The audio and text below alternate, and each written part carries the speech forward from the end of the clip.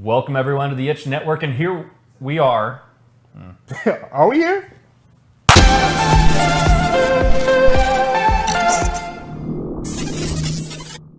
Welcome everyone to the Itch Network, and here we are to review Destiny 2. This is great. Anyone want a hug? No hugs. So, first off, let's get across what this game is. It is a shooter, MMO, RPG, MMO, RPG shooter. Yeah. I feel that this one, however, leans more closely towards a shooter rather than the RPG elements. There is the story and all that kind of stuff, but it feels more like Call of Duty than previous Destinies have to me.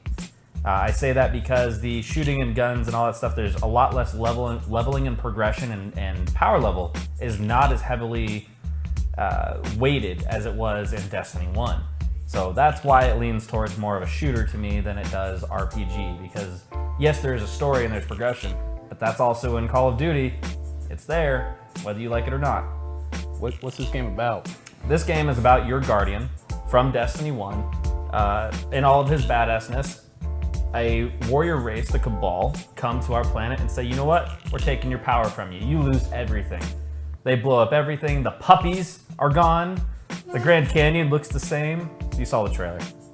So in this, Gary is there to take all of our stuff and to take our power, to take the Traveler from us. We lose all of our abilities. We have to get them all back. We're the only one. We're the chosen one. Until you hit the farm. Until you hit the farm and you see everybody else there. Oh, you are the chosen one. Everyone's special. So it's very straightforward as far as Destiny goes. Great music, great sound design. Gameplay-wise, the things that Destiny 1 complements, or that was really good, that stood out in Destiny 1, was the gun handling and the types of guns and the variety. Yep. Is that there? Variety, yes, to an extent.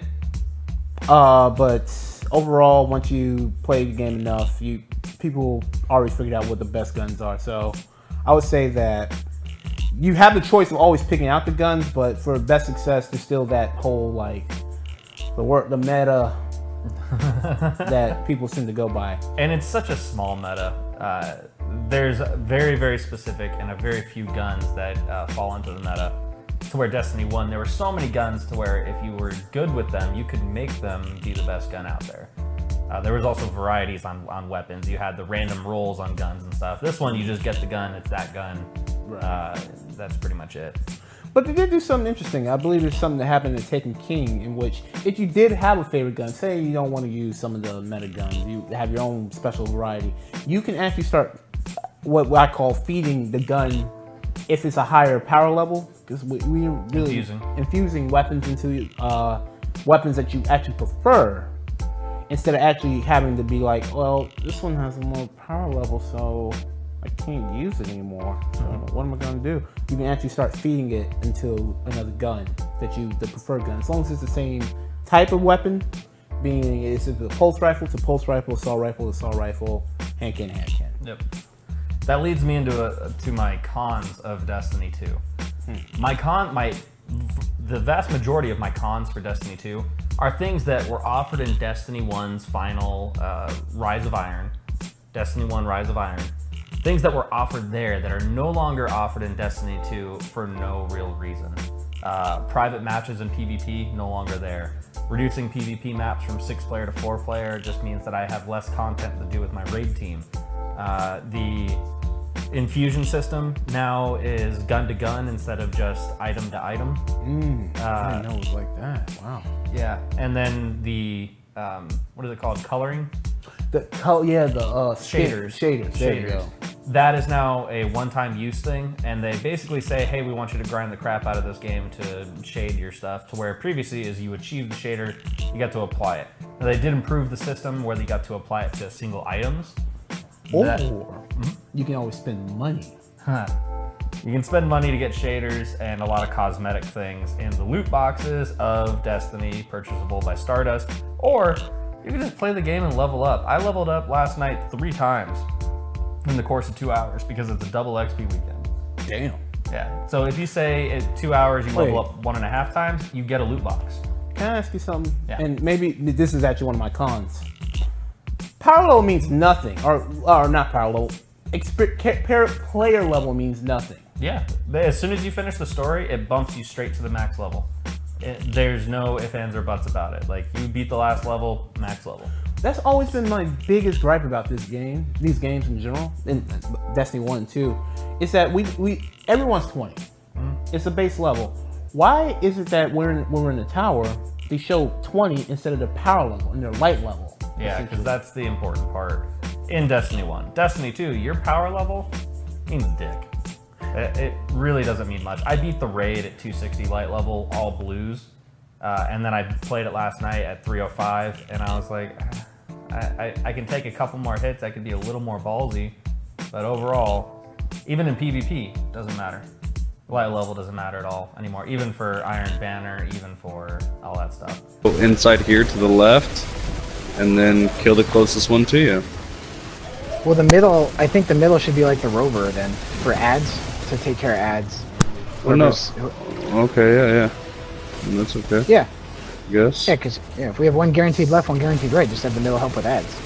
Like, everyone helps with ads, but the middle is like, that's your main job. So overall, I put over 100 hours into this game.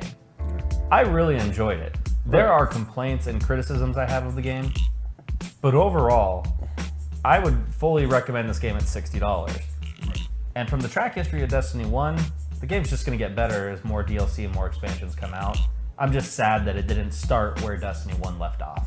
Right, and that's the thing about it is that I got my $60 purchase from this game. I played this game probably easily 100 hours as well, and I have no complaints on the fact that there's no content. I played the shit out of it. I just, burnt out. I beat the game. Essentially, I beat the game, and it's not a month-to-month payment system, so I don't expect it to be like something that will be constantly flowing out with content and overflowing with. But there are gripes I have with the game that, like you said, came from they should have expanded on Destiny 1. For one, PvP. I like PvP. I really love it. How is it that we don't have a free-for-all? There's no variety in the PvP map choices. You just select either, especially at the beginning, you just select competitive, or what was the other one? Just regular Crucible? Yeah, quick play. Quick play, thank you. And before you had Rumble, you had the Scavenger, Control, and you had an option to pick these maps or to pick this as your playlist instead of playstyle. Instead of actually, there we go, game mode.